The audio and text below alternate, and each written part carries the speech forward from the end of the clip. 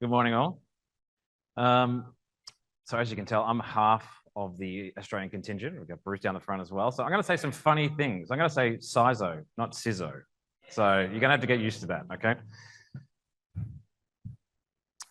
So about 15 years ago, I started talking to the boards about cybersecurity, particularly in OT. And back then, there wasn't a book or a course or a Rob to go and help you to go on how do I do this stuff, right? So you kind of had to wing it, which, to be honest, is pretty uncomfortable. So hopefully today I can give you some tools that you can go and use to go and talk to the board so it's less uncomfortable. We'll set the scene a little bit first. So I work in the energy industry, and I think if you're living under a rock, you might not have noticed, but everyone else has noticed there's an energy transition happening. So there's wind farms everywhere, all of this kind of stuff. You just see it everywhere now.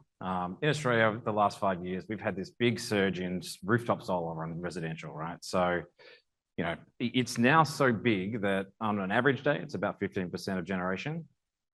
On a big day, it's 40% of generation of the whole grid, right? And the interesting thing about this is it's all connected to the internet. It's kind of fun.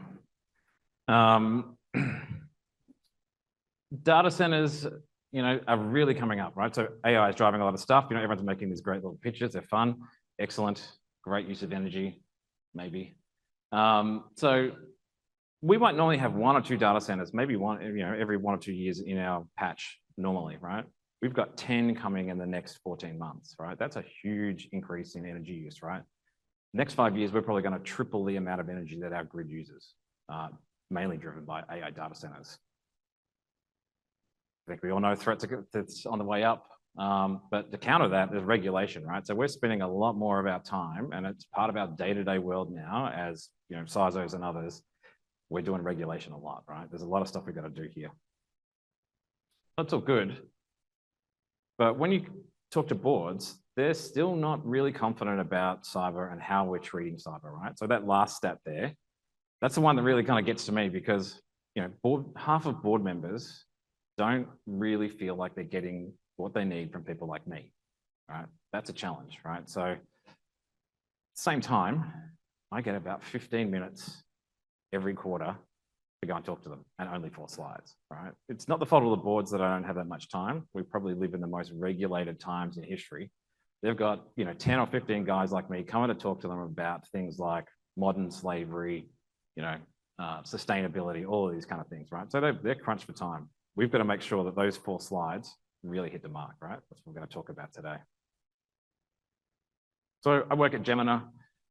We're predominantly a gas company, and if you're a gas company, you've got to have a flare shot. So that's the flare shot, right? So there you go, tick the box on that, that's good. We do gas pipelines, gas distribution in New South Wales, which you probably don't know where that is, but that's okay. And electricity distribution in Victoria in a couple of places. So, a bunch of different things.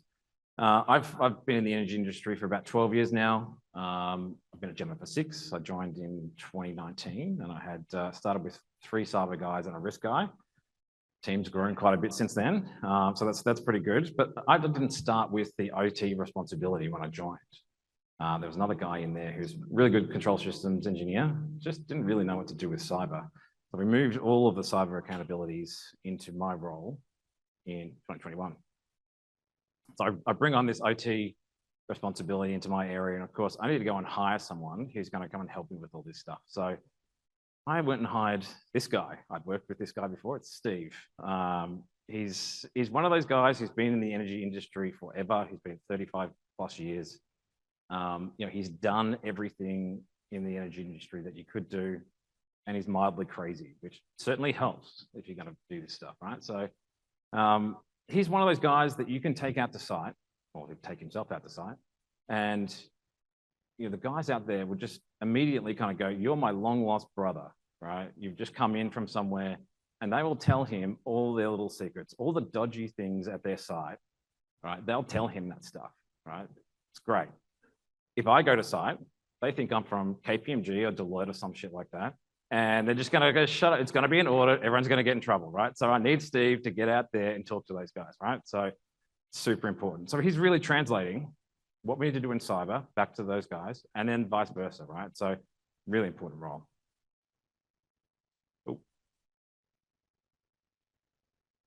So after he's there about 3 months, Steve and I sit down and I'm like, okay, well, tell me what's going on. And he says, look, these guys, they don't get it. These guys are out there thinking that they're never going to happen to them. They're not going to have a cyber incident. And if it did happen, it's not their thing. They don't have to do anything about that. Somebody else is going to do it, right? So, of course, we have to get them in the tent on this stuff. So the next thing we do, tabletop. This isn't actually the photo of the first tabletop. We forgot to take photos of the first one. But what we did here was got the guys from our pipelines team in the room to do a tabletop based on real world scenarios that happen out there. The interesting thing was Colonial Pipeline had happened like the week before. So we couldn't really, time is much better. We didn't use ransomware as the scenario here. We used CISO as a scenario. But this is one of those moments where you go, this is a watershed moment. Everything's changing from this point forward because we got those guys in the room. The IT guys were off in the corner over there. The OT guys right in the center. And we had the guys from Dragos helping us do this thing. And they were able to talk in the OT language to these guys about their mission and their assets, right? And as soon as they kind of started getting that language, they knew that this was about them, right? And they really leant in. And you could feel it in the room that these guys were like, okay, I get this now. This is something. So we finished the tabletop and my peer in that space kind of comes out and says, yeah, okay, I get it now. We got a problem here. We got to plan for something. Good win. That's pretty good. The thing that really made me know that we'd done something right was a couple of days later, my peer in the electricity area comes to me and says, hey, these pipelines guys, they got a tabletop. Why didn't I get a tabletop? I want a tabletop now, right? That's when you know that you're really winning. If they're coming after you, well, you've really won something there. So that was pretty good. And look, this is 2021. We've gone through this. We did a couple of tabletops, right? And we came out of this with a bunch of controls that we thought that were things we need to apply everywhere. So we had this thing around threat awareness, doing tabletops, making sure people have got a plan. So how are they going to work through that? Something about remote access. We knew that was an issue in all of the scenarios we went through. We did something around network because we had this big flat network all over the place, no real segmentation. And we had no visibility at all, nothing. So we kind of thought they were the kind of things that we might go and apply to all of our networks. And then, of course, about a year later, this thing comes out. And we're looking at this going, you know what? This is kind of like what we're already doing. It's just written way better, and people have put some thought into actually publishing. It's pretty good. So we're going to pick this up and we're going to start running with it. So since then, that's what we've been doing. And one of the things that made me think about this was I've met Rob a couple of times before, right? I only met Tim on Sunday, but they're on the other side of the world. And they've come up with exactly the same thing, pretty much, of what we've come up with. So it kind of tells me that is the critical controls, right? Should be what we apply in this space. And having something that's published and a standard that everyone can use in the industry is really handy, and we'll talk about that more later. So we've been implementing for a little while, about 4 years or so. So I got 3 lessons learned to kind of give you guys that we've been through. And these are kind of really from a top level scenarios. I think, if you've been to any of the sessions about 5 critical controls, you're going to hear about scenarios a lot. The scenarios are super critical, right? This is the one thing. If you're going to do one thing, do the scenarios, because that's the thing that you need, particularly if you're going to go and talk to the board, that you need to be talking to those guys about, right? One thing we forget about as people who work in cyber all the time is, to people outside cyber, this is a big, hairy problem that people just go, I don't even know where to start, right? How do I fix this? What do I do? And they worry about everything. We tend to break this down into small little components and worry about the important things. They don't have the ability to do that. You can use the scenarios to help them get to a point where they go, yeah, there's probably 10 or so things that we need to really worry about as a board, rather than going, I don't know what to do, right? So it's a really great communication tool and really focuses them on what's important. So do the scenarios. Everything's going to take longer. This is one of the things that I think, particularly if you come from IT, that you're going to work out everything in an operational environment takes way longer than it should, right? Or what you think it should, because it's an operational environment. The assets that are out there to do the things that they're supposed to do. So supply energy in my case. So there's two things that are going to be the priority: safety, supply energy. That's it, right? You're not the priority out there. So what you really need to do and make sure, the only thing you can do to make sure that you get things like change windows and all that kind of stuff is make really, really good friends with the guys in the field and your engineering team, right? So I heard someone talk about bourbon, barbecue, and something else the other day. Yep, get onto that. That's what you need to be doing, right? And have Steve go out there. One a little bit more practical one that we're seeing quite a lot now is around MFA. So any MFA is better than no MFA, so definitely go there. But basic MFA is having a lot of problems at the moment, right? So if you're going to go and buy an MFA solution in 2025, get something good, go to 502, go to that stuff. We're getting our engineers fished all the time these days, right? So you need something phishing resistant. I'm not going to talk about that too much more, but pretty obvious. All right. Well, that's the easy stuff. The implementation's easy. Going and talking to your board, that's the thing that's often a challenge, right? So we do this in two parts. So and there's a reason for this. So we need some data that we can take to the board so they understand what's going on. And ideally, you want to be having data from the controls that are out in the field going all the way up to the board, right? So they get a view of what's actually happening in the company. The other side of it is you need to actually work with your peers and asset operations or whatever it is, whatever you call it in your business, that are guys that are running the actual plan. So you've got to work with them to actually get these controls rolled out. We have this kind of report, and we'll go through this in a little bit more detail later, that really talks about, a bunch of metrics, some kind of, red, amber, green kind of thing on the side to get the message across. And there's three real things we need to set here, and we're going to take these from this point all the way through to the board. And that's, setting the context, getting some metrics that's going to help you tell the story and motivate some action. And one thing I'd say is if you're not interested in motivating action, just stop right there, because no one wants a big page full of metrics that mean nothing to them, right? You've got to be doing some action, making sure some action's happening.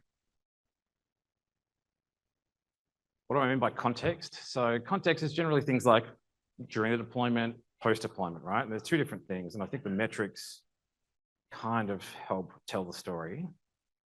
I'll go through these slides pretty quick, so don't bother trying to read everything. It's too quick for that. But metrics you're going to use for being in deployment is like how many firewalls have deployed or not deployed, right? Kind of project management stuff, pretty easy. Everyone can understand that. Where you want to get to in the long term is effectiveness metrics, right? So you might start off in deployment metrics and then move to the effectiveness metrics, after you've got 60, 70, 80% of your deployment done. Effectiveness metrics are things like, I've got my new shiny firewalls out there in the network, great, all good. Got firewall rules in there, fantastic, love those. Of course, somebody comes along, they do some work, they put some temporary rules in there. And of course, everyone knows that temporary rules are permanent, right? So that's really just made your really nice new control ineffective, right? So you want to be detecting that stuff, reporting it, getting it fixed, right? So that's where you want to be in the long run. Everyone always asks me, where are the metrics? Where do I get them from? How do I use them? Look, there's thousands of metrics here. If you've got something like Dragos platform or something like that, you're going to get a whole truckload of metrics out of that all the time, right? Same with your firewall, same with your remote access gateways. We've got SIEM and data platform, and maybe it's a GRC as well at the bottom there. You want to be getting all of that data into something where you can go and use it, right? Two reasons. One is you want to be using real data, not something that's kind of manufactured. And the second one is at some point you want to be able to automate this. We've not got there yet. We're using Excel and PowerPoint and things like that. Yeah, it's good. It's time consuming. We want to get to a point, we've got to produce 3 of these reports every month. Yeah, it's time consuming. You've got better things to do than sit in Excel all month. So you want to get to that point where you can automate some of this stuff. All right, so what does this report look like? We'll go through it really quick because you need to get something out of this at the end to bring into the board reporting. So we've got this control effectiveness thing on the side here. And of course, everyone's going to go, right, okay, there's a red thing there. I need to understand why it's red, right? So if you get any exec or something like that come and look at this, they're going to go straight to the red things. They always do. So, okay, why is defensible architecture red? They're going to look in this column over here and go, okay, well, what's this all about? Now we've got two things at the top here. CY25 is a time. So it's calendar year 25. We work on a calendar year for some stupid reason. Makes Christmas really hard, but okay, that's fine. So January to December, and we've got a target in there. So next thing they're going to do is go, what were we supposed to do, right? So OT firewalls deployed. Okay, that's our metric. We were supposed to do 124, right? It's June. We've got one installed. So I think we're kind of screwed. So that's when you have a conversation about what do we need to do next. That's where your actions come from, right? So you're getting actions out of these and taking note of them so that you can use those to improve your current situation, right? You need to note those down. They're important. So I've flown through this pretty quick. Part one, what we really need to remember is we set some context, we got some metrics, and we agreed some action, right? So we're going to take those into the board in the next step. Rightio. Rob did a really good session on this yesterday about what is the role of the board, right?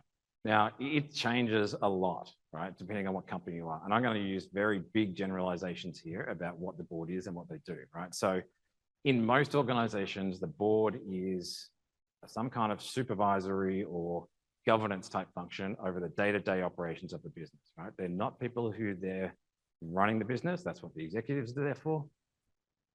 They're really there for doing governance type tasks, right? So they're not going to be the guys that you're going to have those operational metrics that we just looked at.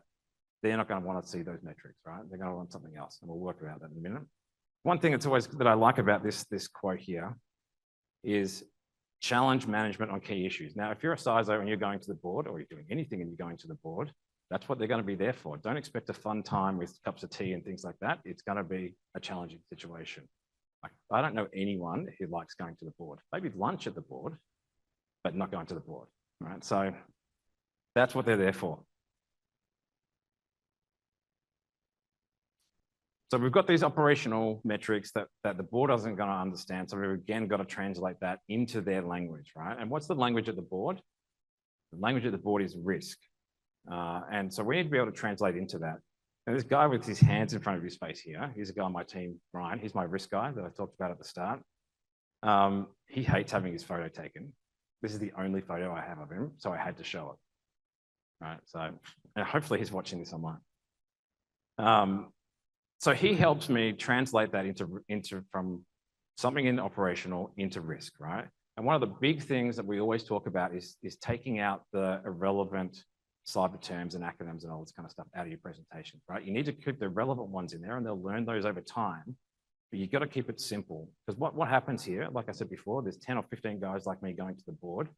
These board members might have somewhere from 500 to 1,000 pages of stuff they've got to read in 2 weeks before the board. They get to your paper and they go, this got gobbledygook in here. I don't understand any of this stuff. Right, I'm just not going to read it. And then you're going to get all of these questions at the board and you're going to waste your 15 minutes. Right, so you really want to make sure you're priming these guys in the right way and they read your paper.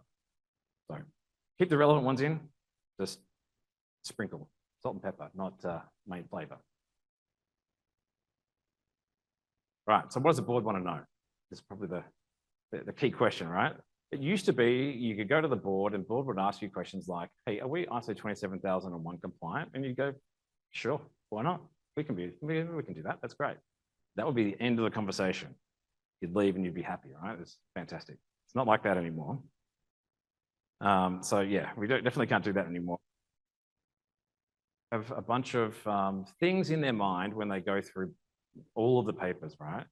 And they're very risk focused. So they have questions like these. Do we understand the threats? Do we have the right controls?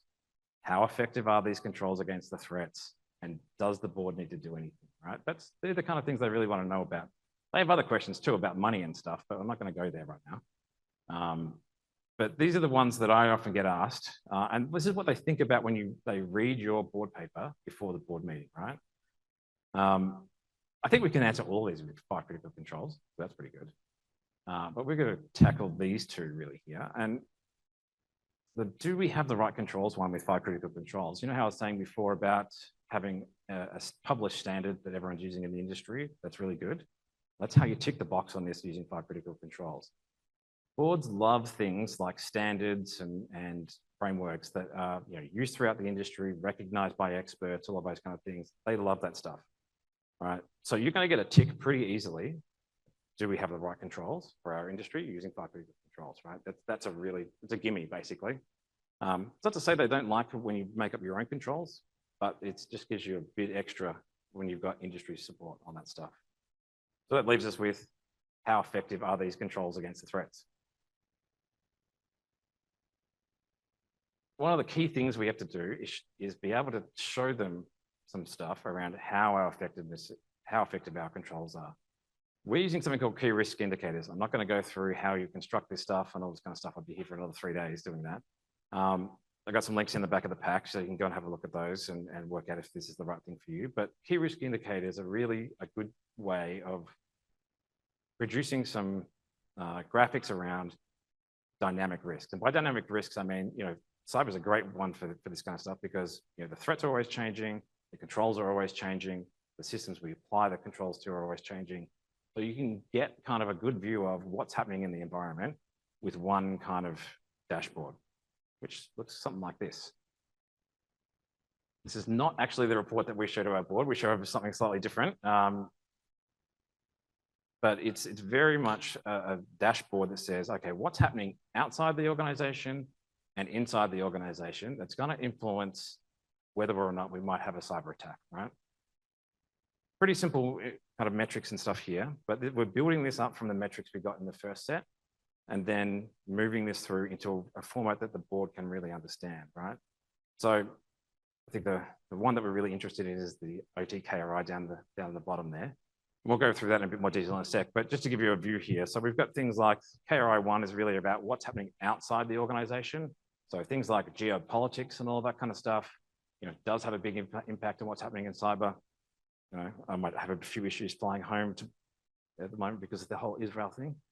But those kind of things do come up quite often, right? So what are we doing around vulnerabilities is the second KRI. Are we exposed? What's happening there? This gives them a view on what's happening, right? And what you're trying to do here is give some kind of prediction to what might happen in the future. So really kind of that dial on the side there is trying to give you a risk rating of what's the likelihood of an attack happening in the future, right? And how's that going to work? So obviously our job is to move all of that to the lowest level. Let's have a look at the OT KRI. So we've constructed this using all of the metrics that we had earlier, and these all roll up into a set of metrics that we use, and then we produce this kind of infographic, right? So you've got this risk rating indicator here. Now, it's the opposite of control effectiveness. So 76 is not a good number for you to be at here, right? So it's in the red. Okay, and it's super important that the red, amber, green stuff, you set that up right so that the board understands what's good and bad, right? So what you're trying to do here is take the conversation away from, let's talk about all this cyber stuff, to let's talk about where we are today. We're in the red. Now we have to talk about getting back to the green. Maybe we've never been in the green, right? So you're taking, kind of abstracting a lot of that discussion away so they understand, okay, well, what's actually going on here? What's our position and where we go, right? We give them a bit more detail around 5 critical controls underneath. So in this one, yeah, we're doing good in remote access. That's good. The others, we've got a ways to go. So that gives them a little bit of detail. And some board members will want more detail. We'll get onto that in a sec. That trend line at the bottom, that's the thing that board members love. They love trend lines, right? So they want to see things that are moving in the right direction. And if they're not moving in the right direction over time, then they're going to ask you a whole bunch of questions around why that's going on, right? They're the kind of things that they want to see. They want to see progress. They want to see, are we doing the right things? Are we moving the right way? That's super important. You'll get a lot of questions around those trend lines, right? That's where a lot of the questions come from. Of course, if you are in the red, do not go to the board without having an action plan of how to get yourself to green. That's kind of suicide, right? So you need to make sure that when you go there, all those actions that you got earlier in part 1 come forward onto the board. So we generally present something like this, which is really a way around saying, okay, we've got a bunch of actions. We've got 13 actions that we're going to go and do, and those are aimed to get us back into the green zone, so that we feel more confident that we're not going to have a cyber incident future, right? So we also give a bit of a detail on the other side there around which are the critical controls that we've got actions in. Unfortunately, these two examples don't line up with the previous page, but that's okay. And in that black area there, we would generally put, okay, what are those actions and who's doing them? The who's doing them is super important because the board know you can't do all this stuff on your own. And they'll start asking you questions around how are you going to do that if you're saying, I'm going to do it, right? So they know this is a team sport. It's one of the things that they will always come after you for questions and that kind of stuff. All right, so we've gone through that pretty quickly. But that's kind of the overview of what we do. And what are you getting out of that, right? So we're seeing the board will give you more trust if they understand better. This is the whole theory behind this thing. If they understand what's happening, what needs to happen, they'll give you more trust. Are they going to give you more funding? Well, that's up to you. I can't really tell you about that. My board don't actually deal with funding, which is nice in my area. So I've got to go and talk to the CFO. But if you can get the CFO into a position where you're saying, the board thinks we need to do this, you've got a pretty strong argument, right? So that's going to help you go and get whatever you need. All right, last slide. If you were asleep for the last 25 or so minutes, the three things that I wanted you to take away from this is use the scenarios to tell the story, right? They are super important. If you do nothing else, use the scenarios. You're going to get more buy-in and cut through with executives if you can use those scenarios to help them understand what's going on and what they need to do. Always translate cyber to risk when you go to the board or the executive. And just in general, you're going to have better success if you can translate what you're doing into their language rather than having them try and learn your language. It's going to take too long. And probably my motto for life, simple beats complex, right? Simple messages, simple ideas. If you can translate that over to someone, you're going to be way more better off than actually trying to explain big, complex things, particularly to executives. They don't have the time. They're not going to dedicate time to a lot of that stuff. So there you go. That's me for today.